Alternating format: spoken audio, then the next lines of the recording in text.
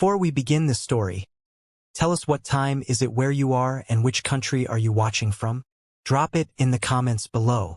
We love seeing how far our stories travel. Let's go. The summer of 2012 brought a chilling mystery to Star City, West Virginia. The focus of this unfolding enigma was Skylar Neese, a 16-year-old girl whose life, on one particular night, took an inexplicable turn. Skylar vanished without a trace, slipping away from her family home under the cover of darkness. Her departure initially appeared to be a familiar pattern. She had, on prior occasions, snuck out of her home through her bedroom window. This was a youthful rebellion, a common act for a teenager seeking a clandestine rendezvous or a late-night adventure. This time, however, the familiar act ended in an unfamiliar and deeply unsettling outcome. She never came back. The initial investigation into Skylar's disappearance quickly uncovered a crucial piece of evidence. Security footage, retrieved from a nearby camera, captured the definitive moment of her departure. Around midnight, the grainy images showed Skylar, willingly and without any apparent coercion, getting into a car. This visual confirmation initially reinforced the prevailing theory among both the police and the public, that Skylar had simply run away.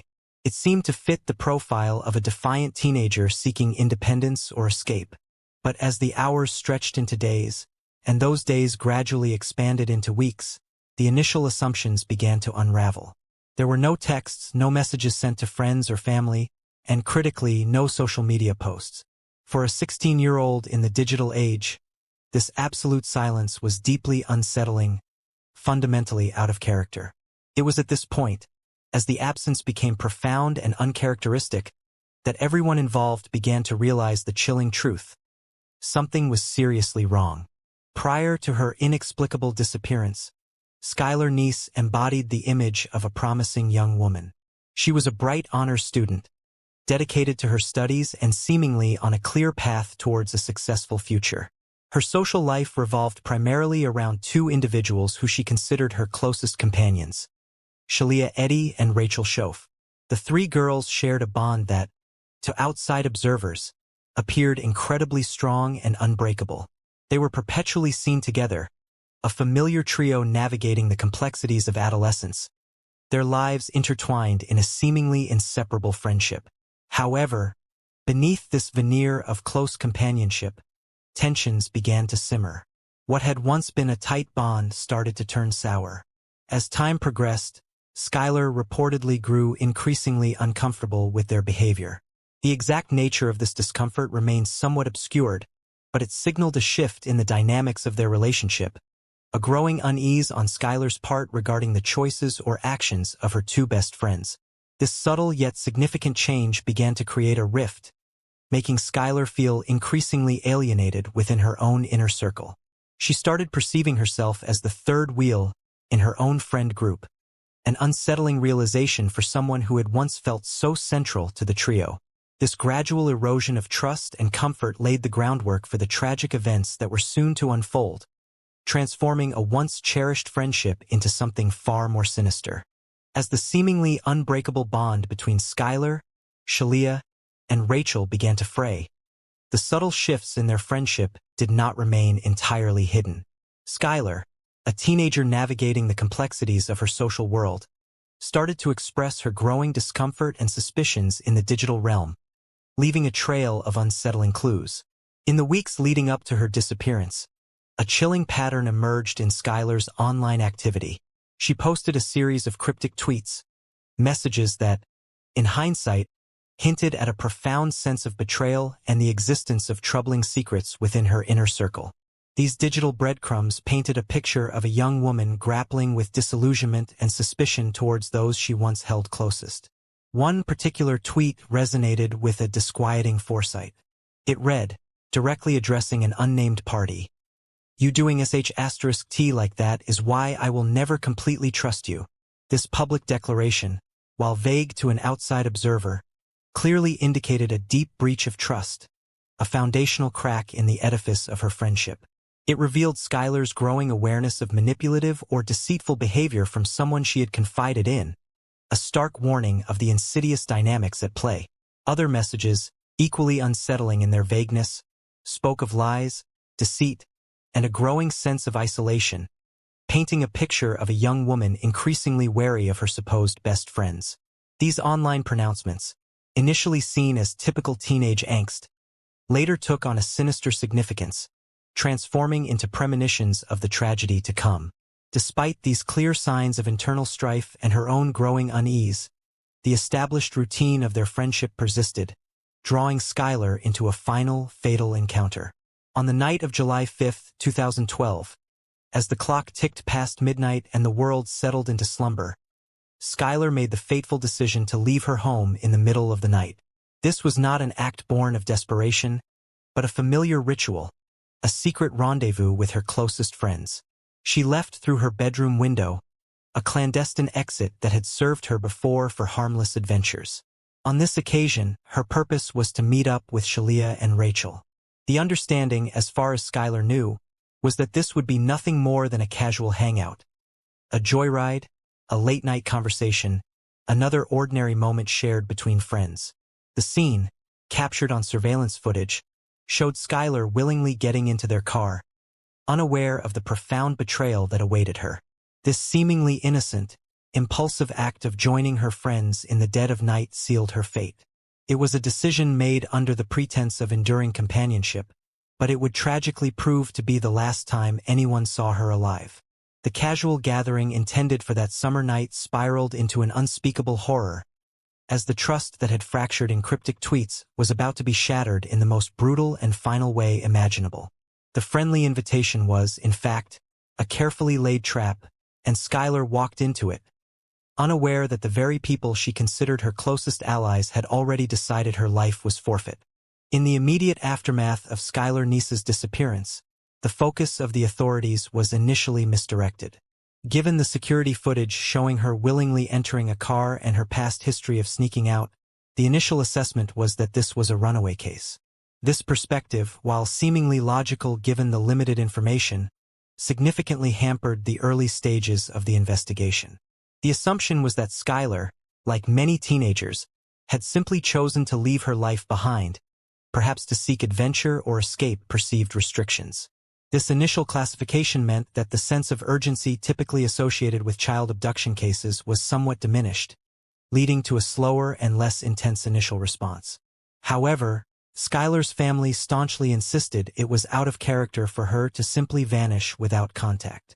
They knew their daughter, and despite her occasional rebellious streak, this prolonged silence was profoundly uncharacteristic. They pointed to the small, intimate details that contradicted the runaway theory. Skylar had left behind her phone charger, an essential item for any modern teenager, suggesting no long-term plans. Her contact lenses necessary for her vision were also left behind. Most tellingly, she didn't take any significant amount of clothes, implying she had expected to return home quickly. These seemingly minor details, when considered collectively, painted a compelling picture of a girl who had intended to be back, solidifying her parents' conviction that something sinister had occurred. Their unwavering insistence forced investigators to reconsider their initial runaway theory and to start focusing on her last known location and the surveillance footage with renewed scrutiny, looking beyond the obvious interpretation. As the investigation deepened, Shalia Eddy and Rachel Schoaf, Skylar's two best friends, became central figures due to their last known contact with the missing girl. Under intense questioning, both girls maintained a perfectly consistent account. They calmly recounted the same story. They had picked Skylar up for a joyride in the middle of the night, driven around for a short period, and then, they claimed, dropped her back off an hour later near her home. Their narratives were identical, their details aligned with unnerving precision. This perfect synchronization of their stories, while initially appearing to be a sign of truthfulness, eventually became a red flag for seasoned investigators. The stories matched too perfectly, suggesting rehearsal rather than genuine, spontaneous recollection. This unnatural coherence planted a seed of doubt in the minds of the detectives, hinting at a meticulously constructed fabrication. For months, Shalia and Rachel continued their facade, appearing as grieving friends, even participating in search efforts and offering condolences to Skylar's distraught parents. But the sustained pressure of the investigation, combined with the immense guilt of their actions, proved too much for one of them. Months later, the pressure finally cracked Rachel Schoaf. She began to exhibit clear signs of profound distress, suffering mental breakdowns that became increasingly difficult for her to conceal. The weight of the secret, the unimaginable burden of complicity in such a heinous act, became unbearable. In a moment of overwhelming emotional collapse, Rachel confessed, first to her own mother, and then, crucially, to the police. Her confession, when it finally came, was nothing short of stunning. It stripped away all the layers of deceit and revealed a chilling truth. Her words were stark, direct, and utterly horrifying. "We stabbed her. We just kept stabbing her." The confession detailed a premeditated act of unimaginable betrayal. Rachel revealed that she and Shalia had planned the murder months in advance. This was not an impulsive act of teenage rage, but a cold, calculated plot hatched over a considerable period. They had meticulously lured Skylar out under the pretense of friendship, exploiting her trust and her desire for connection. The seemingly innocent late-night hangout was a deliberate trap. They drove her to a remote wooded area, a secluded spot across the state line in Pennsylvania, specifically chosen for its isolation and lack of witnesses. Once there, under the cover of darkness, they executed their horrific plan. On a predetermined signal, on the count of 3, both girls pulled out kitchen knives they had brought with them and began their relentless assault. The horrifying account of "just kept stabbing her" painted a vivid and brutal picture of the sustained violence inflicted upon their friend. When asked the chilling question of why they committed such an unspeakable act against their supposed best friend, Rachel's answer was as simple as it was profoundly disturbing. With a chilling lack of complex motivation, she simply stated, "We didn't like her anymore." This casual explanation for such extreme violence, the cold, dismissive justification for murder, stunned everyone involved in the investigation. It spoke to a level of calculated cruelty and a profound absence of empathy that defied conventional understanding, elevating the crime beyond typical teenage jealousy or drama into a realm of pure, unadulterated malevolence. The confession ripped open the facade of friendship, revealing a betrayal of the deepest kind, and set the stage for the next phase of this agonizing true crime story. Rachel Schoaf's harrowing confession ripped open the veil of secrecy surrounding Skylar Neese's disappearance, transforming a frustrating missing persons case into a chilling murder investigation. The details of the crime, particularly the ruthless nature of the perpetrators, set the stage for the grim task of recovering Skylar's remains and bringing her killers to justice. After committing the brutal act, Shalia and Rachel engaged in a calculated and disturbing act of concealment. They methodically covered Skylar's body with branches and other natural debris from the remote wooded area. This was not a desperate, haphazard attempt but a deliberate effort to obscure the crime scene, to ensure Skylar's remains would remain hidden, perhaps indefinitely. Their actions demonstrated a chilling composure in the immediate aftermath of the murder, a disturbing capacity for cold calculation even after inflicting such extreme violence. Having ensured the body was concealed, the two girls then returned home. Their behavior after the murder was arguably as chilling as the act itself. They behaved like nothing happened, seamlessly reintegrating into their daily lives, carrying the immense weight of their secret with an unsettling nonchalance. For months, Shalia Eddy, in particular, maintained a horrifying charade. She played the role of the grieving best friend with an astonishing degree of conviction. Her public persona was one of deep sorrow and concern for her missing companion. Shalia even actively posted emotional tweets, expressing her heartbreak and missing Skylar, effectively using social media to construct a false narrative of grief. This digital masquerade was designed to deflect suspicion and reinforce the image of an innocent friend. Beyond social media, she physically participated in the pretense, actively helped with search efforts organized by the community and Skylar's distraught family. She distributed flyers, spoke to volunteers, and maintained a facade of genuine distress. Perhaps most agonizingly, she would hug Skylar's mother, Mary Neese, offering comfort and support while knowing exactly what happened to her daughter. This sustained act of betrayal, performed with such coldness, speaks to a profound psychological detachment and a terrifying ability to manipulate emotions, solidifying her image as a truly remorseless perpetrator. Rachel Schoeff's confession, born from the immense pressure of guilt and her own deteriorating mental state, finally provided the crucial breakthrough that police desperately needed.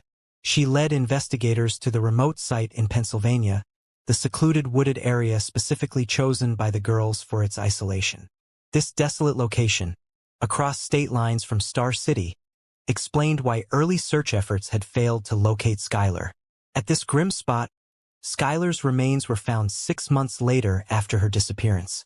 The discovery provided definitive confirmation of her death, bringing a devastating certainty to her family, but also providing the tangible evidence necessary to pursue murder charges. The unearthing of her body, though a heartbreaking moment, was also a pivotal step towards justice, transforming a missing persons case into a fully fledged murder investigation.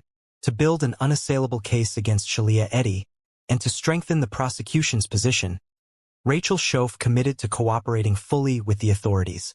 This cooperation was not merely an admission of guilt but an active participation in securing justice for Skylar. As part of her plea agreement, Rachel agreed to wear a wire to gather more evidence on Shylia. This clandestine operation involved Rachel interacting with Shylia while secretly recording their conversations, hoping to elicit incriminating statements or further details about the murder and cover-up. This was a critical tactical move by law enforcement, designed to corroborate Rachel's confession and solidify Shylia's culpability with direct audio evidence. The risk for Rachel was immense, but her willingness underscored the depth of her guilt and her desire to contribute to the legal process. The evidence gathered through this wire operation proved invaluable. Eventually, with Rachel's testimony and the corroborating evidence, Shylia was arrested in a dramatic police takedown outside a restaurant. This public apprehension brought a decisive end to her lengthy charade of innocence, exposing her as a calculated killer rather than a grieving friend. The arrest sent shockwaves through the community, finally unmasking the individuals responsible for Skylar's death and bringing a horrifying clarity to the true nature of the friendship. The confessions and subsequent arrests of Rachel Schoeff and Shylia Eddy marked a significant turning point in the Skylar Neese case. The focus now shifted fully to the legal proceedings, a process designed to bring formal justice to Skylar and accountability to her former friends. The courtroom became the final stage for the unfolding of this devastating narrative, revealing not just the facts of the crime, but the chilling absence of remorse in its perpetrators. Rachel Schoeff, having provided the crucial confession that cracked the case open, faced her own legal reckoning. In exchange for her full cooperation with the authorities, which included wearing a wire to secure additional evidence against Shylia, Rachel pleaded guilty to second-degree murder. This plea reflected her role in the crime and her willingness to assist the prosecution. The sentence she received was 30 years, a substantial term of incarceration for such a heinous act. A critical component of her sentence, however, was her eligibility for parole after 10 years. This provision acknowledged her cooperation and her earlier confession, offering a potential pathway to release after serving a significant portion of her sentence. Her decision to confess, though driven by immense guilt and mental distress, ultimately provided the pathway to justice for Skylar. Shylia Eddy's legal battle followed a more protracted course. Initially, she pleaded not guilty, maintaining the deceptive facade she had so meticulously crafted for months. She attempted to deny her involvement in Skylar's murder, perhaps banking on her sustained performance as a grieving friend and the absence of a direct confession from her own lips. However, as the weight of the evidence mounted against her, Rachel's detailed testimony, the forensic confirmation of Skylar's remains, and the incriminating audio recordings from Rachel's wire, the legal reality became undeniable. Faced with overwhelming proof and the likely outcome of a lengthy trial, Shylia eventually changed her plea to guilty to first-degree murder. This admission of guilt for premeditated murder carried a more severe consequence. She received a life sentence with mercy, a legal term that, in this context, meant the possibility of parole after 15 years. While life imprisonment, the mercy clause offered a glimmer of a future outside prison walls, though contingent on her behavior and the decisions of parole boards decades later. The disparity in sentences between Rachel and Shalia reflected their differing levels of cooperation and the legal framework that rewarded Rachel's decision to confess and assist. Perhaps one of the most disturbing aspects of the entire legal process was the consistent demeanor of both girls during their court appearances. Throughout their respective trials and sentencing hearings, the two girls showed no remorse. There were no visible signs of regret, no tears, no apologies directed at Skylar's family. Their faces remained stoic, even detached, when confronted with the immense pain they had caused and the gravity of their actions. This chilling absence of empathy cemented the perception of their profound capacity for cruelty and their seemingly unburdened consciences, leaving observers with a deeply unsettling impression of their true character. In the devastating aftermath of their daughter's murder, Skylar's parents, Dave and Mary Neese, channeled their unimaginable grief into a powerful pursuit of legislative change. Their relentless advocacy ensured that Skylar's tragedy would not be in vain and would, instead, serve a broader purpose in protecting other vulnerable children. Their efforts led directly to the passage of Skylar's Law in West Virginia. This crucial piece of legislation transformed how missing children cases were handled within the state. Previously, a distinction was often made between children believed to be abducted and those categorized as runaways, with the latter often receiving less immediate attention or public alerts. Skylar's Law made all missing children alerts public immediately, regardless of whether they were initially considered a runaway or an abduction. This change was a direct response to the delays in Skylar's own case, where the initial runaway classification meant precious early hours were lost. The law ensures that, going forward, every missing child receives the immediate public attention and law enforcement resources necessary, significantly increasing the chances of safe recovery. This legislative victory stands as a lasting, meaningful legacy for Skylar, embodying her parents' determination to prevent similar tragedies. The story of Skylar Neese transcended local news, shocking the nation with its horrifying details. The profound impact stemmed not only from the sheer brutality of the murder but also from the profoundly disturbing revelation that it was committed by her two closest friends. This betrayal, executed without apparent remorse, over what appeared to be petty teenage jealousy and drama, defied conventional understanding. It exposed a dark underside to adolescent relationships, demonstrating how envy and a twisted sense of belonging could fester into such extreme violence. It highlighted the fragility of trust and the terrifying reality that danger can reside within the most intimate circles. Skylar Neese's legacy, therefore, lives on not just in the memories of her loved ones, but tangibly through the law named after her. Her case continues to serve as a stark, indelible reminder to the world how easily cruelty can hide behind a smile, and how some friendships, particularly those built on a foundation of possessiveness and deceit, can ultimately prove to be deadly. Her story is a chilling testament to the hidden complexities of human nature, prompting an enduring reflection on the subtle signs of betrayal, the insidious nature of jealousy, and the vital importance of vigilance even in seemingly safe environments. The tragic fate of Skylar Neese echoes as a powerful call for awareness, ensuring that her life, brutally cut short by those she trusted most, continues to inspire vigilance and safeguard others. Thank you for watching. Like, share, and subscribe for more.